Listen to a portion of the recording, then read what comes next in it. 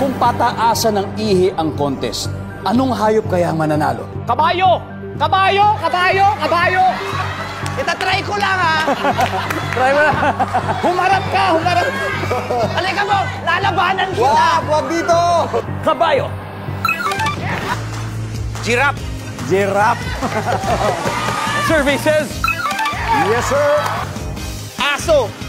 Aso. Aso! Survey says... Sige, Ann, labas mo kung ano alam mo sa ihi. Elephant? Heart. Elepante. Survey says...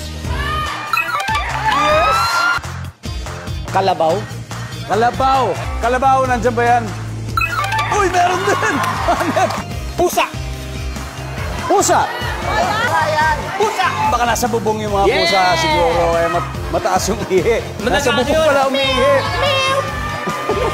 Nandiyan ba ang pusa? Kambing! Hey! Survey says... Unggoy? Yes!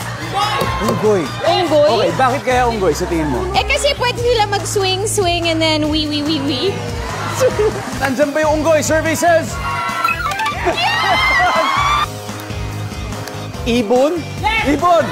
Anong ibon? Ano, yun na lang, mas specific. Agila! May ihi ba yung ibon? Yes! Oh, pero... ibang ibon, ibang ibon. May ibon.